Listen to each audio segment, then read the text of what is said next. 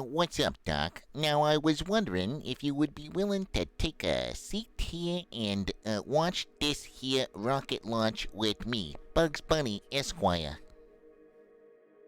Well, Mr. Wabbit, I for one would be very, very happy to sit here with you and watch this amazing rocket launch.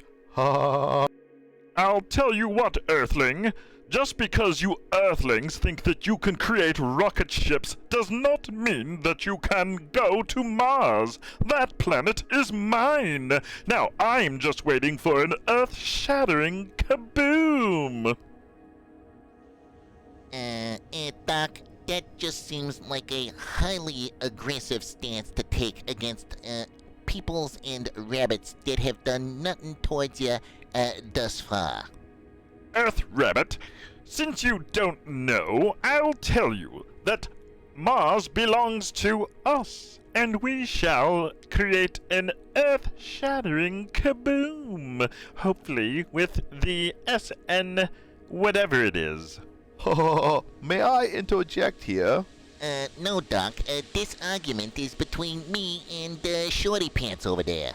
I'll have you know, Earthling, that I'm quite tall for my species. Doc, we are missing this here launch of this rocket ship as it goes up into the air. Look at the amazing, incredible stuff that we're seeing on the screen here. Oh my, look at that. That is so beautiful. Oh, I didn't even realize it was already happening. You pathetic Earthlings are so easily amused. T plus 30 seconds, Starship 15 is airborne as we get a view of the 3 Raptor engines as we're powering our way to 10 kilometers altitude in today's test flight. I would ask that the peanut gallery please stay quiet while we're watching this incredible earth-shattering moment. I'll give you earth-shattering. That's what's going to happen when we on Mars figure out how to get rid of you pathetic Earthlings. Just past 1 minute into flight, we're through 2 kilometers altitude. All 3 Raptor engines continuing to burn. Next major event, about 1 minute, is we will turn off the first of the 3 Raptor engines. Doc, this here seems like a slightly inappropriate time for you to start talking about blowing up the Earth. So let's just sit here and enjoy these views from the rocket ship of glory. Mr. Wabbit, I was wondering if you could validate. I had parked over in the side parking lot. Mr. Fudd, if you wouldn't mind coming back to me after the show is over, that would be great. Right. Okay, that seems like an appropriate thing for me to do.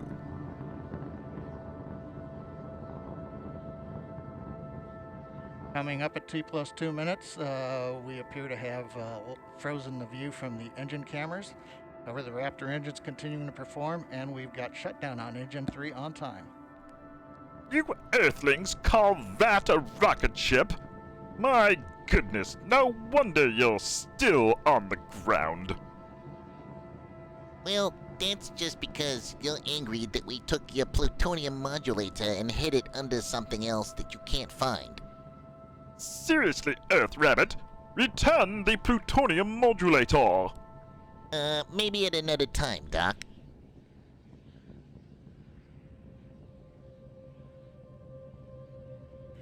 T plus 2 minutes 40 seconds while we're trying to regain video from the vehicle. We continue to ascend. We have just passed the 8-kilometer point in flight. Everything continues to look good on Starship 15.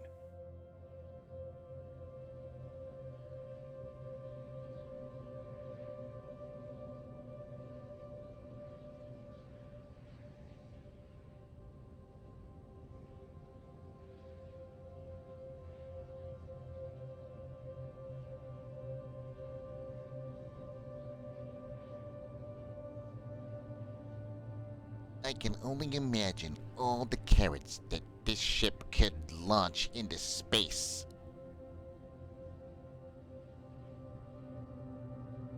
Coming up on 3.5 minutes into flight, we're approaching the 10-kilometer altitude. We'll begin to hover here.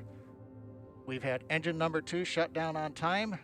We'll now be moving into the hover with one engine, and then in a little bit we will begin the flip over to horizontal position and begin our descent, where hopefully a ground camera will be able to bring us live views of the flight. Wait a minute, Wabbit. I thought this was a recording. He just said we'd be seeing live views of the flight. No, this is a recording of the live event there, Doc. So it's not live, but it is recorded. Just past T plus 4 minutes into flight. We've got the views back from the Raptor engines. Let me guess, Rabbit. This is your leader, correct? No, Doc.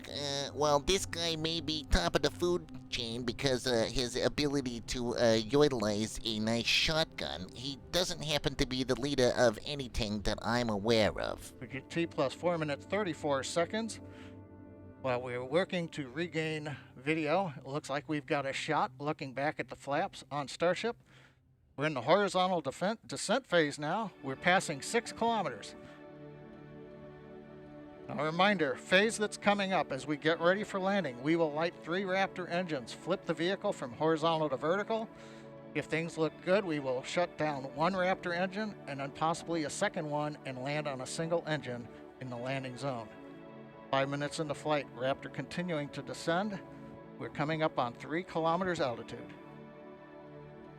Mr. Alien Fella and Mr. Wabbit, this is totally untrue, as I am the leader of my alma mater's Glee Club. And you're not making my case for me, Doc. I am not an alien there, Earth Rabbit. I am a Martian, directly from the beautiful planet Mars. And if it wasn't for you disgusting Earthlings here on this disgusting planet, I would have a perfect view of Venus. And we have ignition.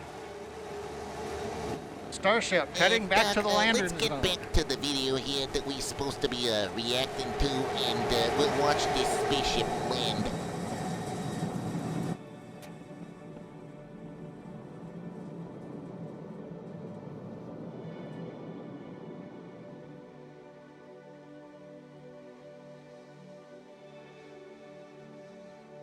Oh, goody.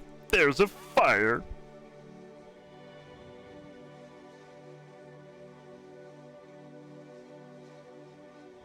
And Starbase Flight Control has confirmed, as you can see on the live video, we are down. The StarShip has landed. We're going through the safing sequence in the flight computer right now. We'll be back in a moment. Well, Doc, that's an incredible thing for us to be witnessing the first landing ever of a giant skyscraper. Wait a minute, what was that? I believe I just heard somebody with a shotgun. We're out hunting wabbits. Ridiculous, I say, ridiculous. That kaboom wasn't earth-shattering at all. You twos need to give it a rest, as it looks like the launch and the landing of this here spaceship was a success.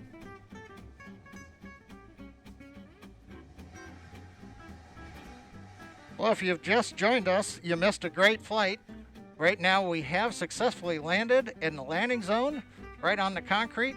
You can see we do have a small fire at the base of the vehicle, not unusual with the methane fuel that we're carrying as we continue to work on the test vehicle design. You may be able to see water going on the pad from the water cannons. But again, StarShip 15, powered by 3 Raptor engines, we have successfully launched it from our facility in South Texas, landed after a routine flight where we shut engines down on the way to 10 kilometers, executed the horizontal unpowered descent, and then we got some great views of the engines lighting up as we came down for a landing at a nice slow velocity onto the concrete landing pad. The past 2 weeks have been full of accomplishments by the SpaceX team. We've had the incredible launch of the Crew 2 astronauts on the Crew Dragon Resilience. We've had the first nighttime landing and recovery of the 4 astronauts on Crew Dragon Endeavour's flight last Saturday night, and 2 successful flights of Falcon 9 in the past 7 days, each carrying 60 Starlink satellites successfully into orbit. And now the SpaceX Texas team has flown a test flight of StarShip with a landing back in the landing zone here in Starbase, Texas.